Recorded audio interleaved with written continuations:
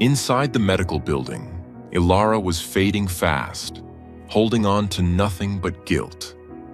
As the staff watched in awe, the missing Bobcat walked into the room, dragging something in its mouth to reveal why she had disappeared. She walked straight to the bedside of the dying woman as if guided by something deeper than instinct. Then, with astonishing tenderness, she placed the newborn on the blanket, followed by another and another. Then, curling gently against Ilara's legs, she began to purr. In that quiet room, just the soft hiss of oxygen and the faint beep of monitors as Ilara fought for every breath. Something eternal passed between species. It wasn't just goodbye. It was a passing of trust, a final act of love, and the beginning of something no one could explain. And what the Bobcat did next left even the most seasoned caretakers in tears. Before we start, hit the like button and make sure to subscribe if you haven't, and hit that notification bell so that you won't miss any new stories. The early morning sun over the Blue Ridge Mountains of North Carolina was always sharp and unforgiving in its clarity. It cut through the mist clinging to the valleys, illuminating every blade of dew-soaked grass and every weathered groove on the wooden posts of the Silver Creek Wildlife Sanctuary. For 30 years, Ilara Vance had welcomed this light. It was the signal that the world was waking up, and there were mouths to feed. Ilara was 72, a woman carved from the same rugged stock as the Appalachian foothills she called home. Her hands were mapped with the scars of her trade, talon scratches from great horned owls, nips from frightened raccoons, and the calluses of a life spent hauling buckets of water and mending wire fences. She was a rehabber of the old school, one who believed that wild things belonged to the wild, and that human intervention should be a ghost, invisible, temporary, and necessary only in crisis. But then, there was Angel. The sanctuary, a sprawling 40 acres of hardwood forest and enclosures, was home to many permanent residents, animals too injured or habituated to survive on their own. Yet, the crown jewel of Ilara's heart resided in Enclosure 4, a habitat dense with brush piles and high-climbing platforms. Angel was a North American bobcat, Lynx rufus, a creature of phantom silence and explosive power. To the uninitiated, she looked like an oversized house cat with a bad attitude. But Ilara knew the biology and the soul of the animal intimately. She knew the crushing power of the jaw, the razor-sharp retractability of the claws, and the specific guttural chortle distinct from any domestic feline. Their story had begun 8 years ago. A logging truck driver had found a kitten, barely a pound, crying on the side of a gravel road with a shattered hind leg. The mother was nowhere to be found.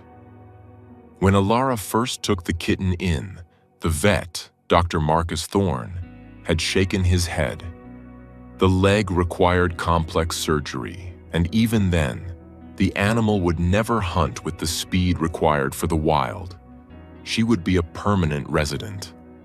Ilara had named her Angel, not because the cat was sweet, she was a spitting, scratching fury of tawny fur, but because saving her felt like a divine mandate. Ilara bottle-fed her, spent nights sleeping on a cot outside the quarantine cage to monitor her breathing, and slowly, painstakingly, earned a trust that bobcats rarely gave. On this particular Tuesday, the sunlight was bright, casting long, crisp shadows across the gravel paths. But Ilara's step, usually brisk and purposeful, dragged. The 5-gallon bucket of raw meat in her hand felt like it contained lead, not chicken and venison. "Here, let me take that, Ilara," said Sarah, the sanctuary's head volunteer. Sarah was 30, capable and strong, with a ponytail that bobbed as she walked. She had been shadowing Alara for 5 years, learning the subtle language of wildlife rehabilitation. "I've got it, Sarah. I'm not dead yet," Alara snapped, though the bite in her tone was softened by a wheeze she couldn't suppress. She paused, leaning heavily against a fence post, her chest heaving. Sarah watched her with eyes full of worry, but said nothing. They both knew the truth that hung in the air like the humidity before a storm. Alara was dying. The pulmonary fibrosis had been diagnosed 2 years ago. A cruel irony for a woman who lived for the fresh mountain air. Her lungs were slowly turning to stone. They approached Angel's enclosure. Usually, the bobcat would be elusive, blending so perfectly with the dead leaves and bark that she was invisible until she chose to be seen. But today, as soon as Alara's boots crunched on the gravel, Angel was there. She was a magnificent specimen, weighing nearly 25 pounds. Her coat was a tapestry of brown and beige spots, her short, bobbed tail twitching with recognition. The distinctive black tufts on her ears stood at attention.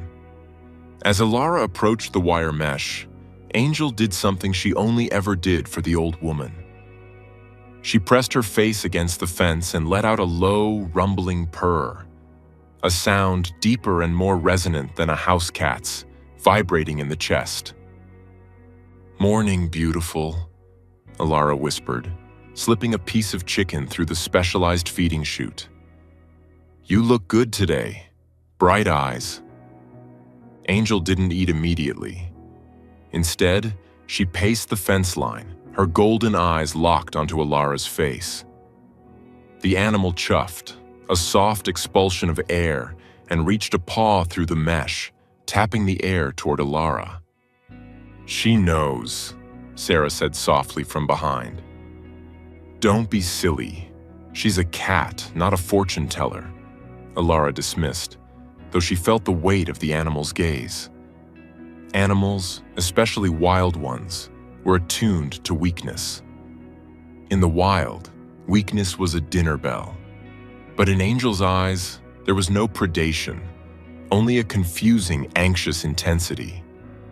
Over the next few months, the crisp brightness of the mountain mornings began to blur for Alara. The walks to the enclosures became impossible.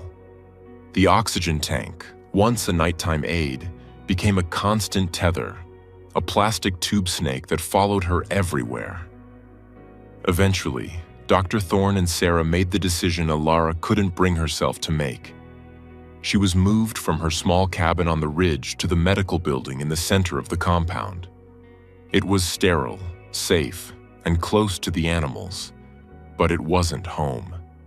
They set up a hospital bed in the observation room, which had a large bay window facing the woods and the path to the enclosures. It was the best they could do. As Alara's world shrank to the 4 walls of the medical room, Angel's behavior at the enclosure deteriorated. The staff logs were filled with concerning notes. October 14th. Angel refused food for the 3rd day in a row.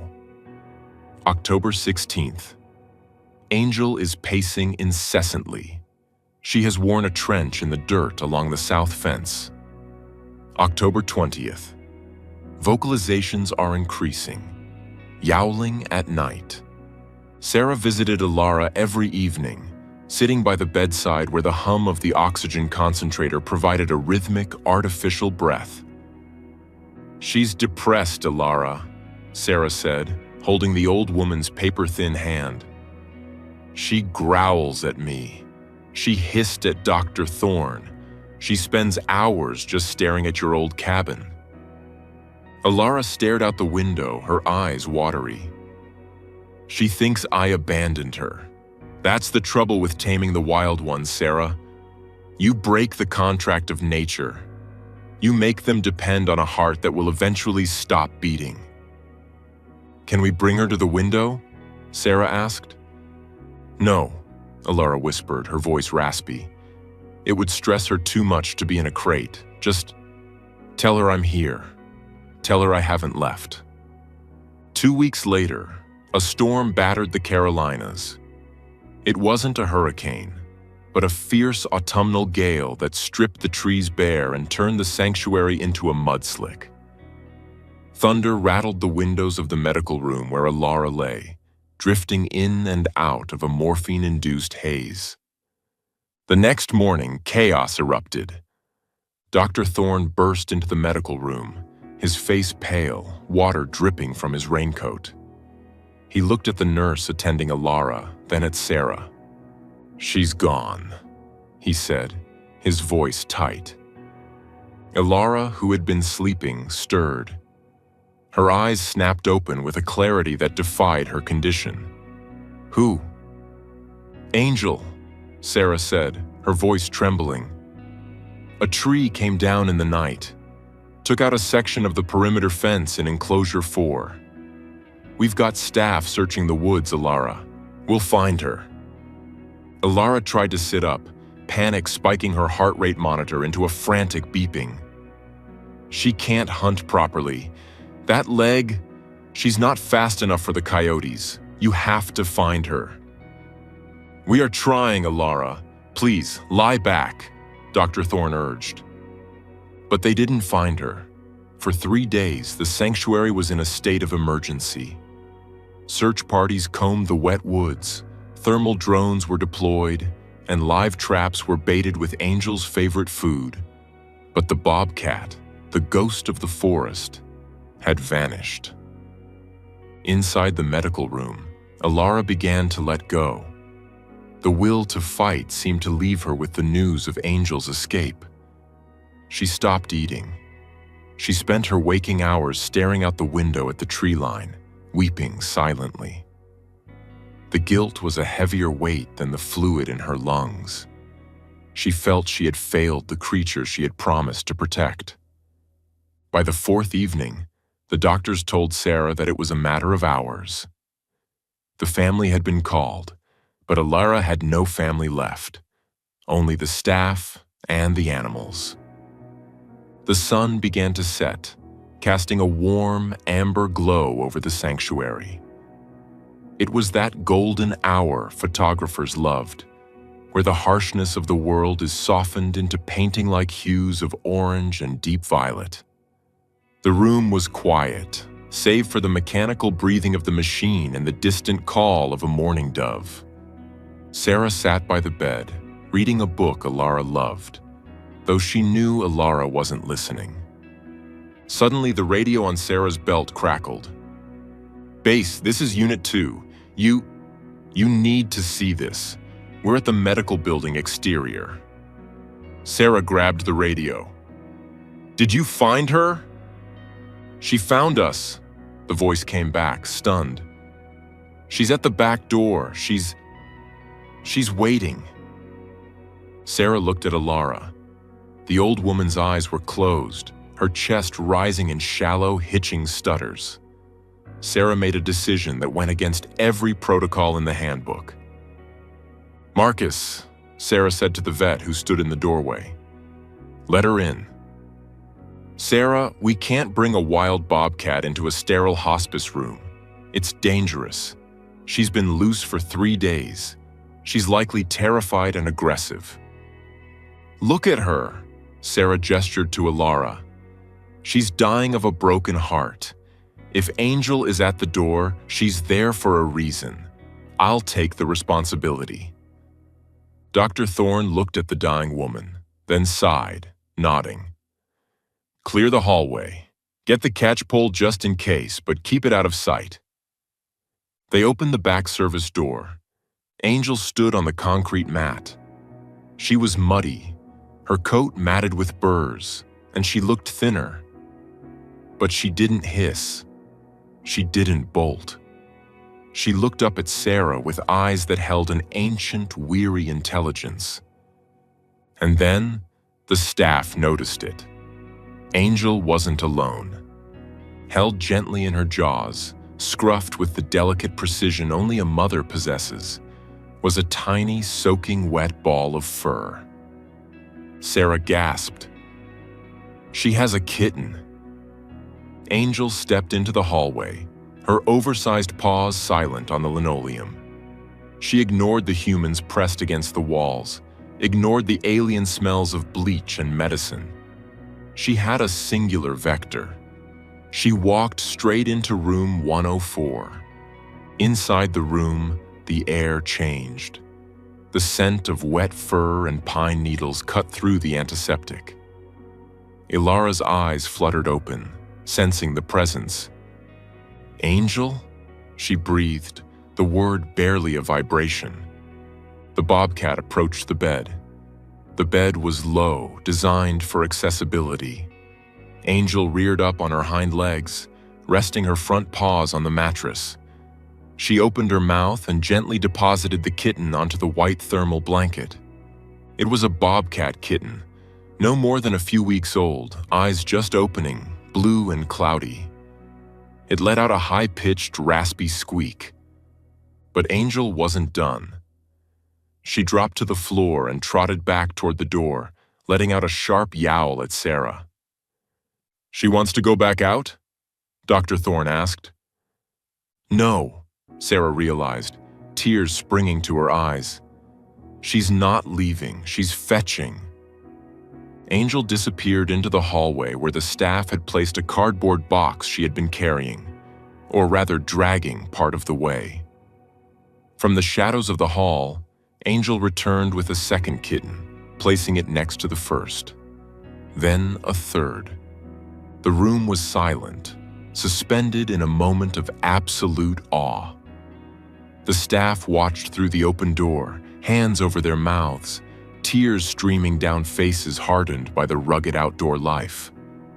The truth hit them all at once. A wave of realization that was both beautiful and heartbreaking. The escape hadn't been an escape. The distance Angel had kept over the last few months, the behavioral issues, the weight gain they had attributed to lack of exercise. She had been pregnant. A wild male must have managed to breed with her through the fence months ago, or perhaps during a previous storm repair gap that went unnoticed. Angel had vanished into the woods not to run away, but to move her den. She had hidden her babies from the storm. But now, sensing the end of the matriarch who had raised her, she had made a choice that defied all biological imperatives of her species. A mother bobcat is fiercely protective, hiding her young from all predators. But Angel didn't view Ilara as a predator. She viewed her as the alpha, the grandmother, the source of safety. With the 3 kittens mewling on the blanket, Angel hopped up onto the bed. She was careful, avoiding the tubes and wires. She lay down beside Ilara's legs, her heavy head resting on the woman's shin. She began to groom the kittens, her rough tongue rasping rhythmically, while purring that deep, engine-like rumble. Sarah stepped forward, her voice choking. "Ilara, look." Ilara turned her head. The movement cost her everything she had left, but she smiled. It was a smile of radiant, transcendent joy that erased the lines of pain from her face. "You brought them," Ilara whispered. "You brought the future." She moved her hand, trembling, drifting toward the kittens. Angel stopped washing them and nudged the smallest one toward Ilara's hand. The tiny creature, blind to the tragedy of the moment, rooted against Ilara's cold palm, seeking warmth. The warmth of the setting sun flooded the room, turning the sterile white walls into gold. It was the warmest light the room had ever seen. "They are beautiful," Ilara breathed. "Wild. Keep them wild." "We will," Sarah vowed, stepping to the bedside and gripping Ilara's other shoulder. "I promise, Ilara, they stay here. They stay safe. Angel stays safe. We will watch over them just like you did." Ilara looked at Sarah, then at Angel. The bobcat blinked slowly. A cat kiss of trust. "Good girl," Alara murmured. "My good girl." The heart monitor's rhythm began to slow. It wasn't a frantic alarm, but a gradual deceleration, like a song fading out. Angel seemed to sense the shift.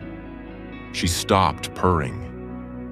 She lifted her head and placed her muzzle gently against Alara's hand, the one holding the kitten. She held it there, a silent anchor as the tide went out. There was no struggle. There was only the soft mewling of new life and the quiet departure of an old one.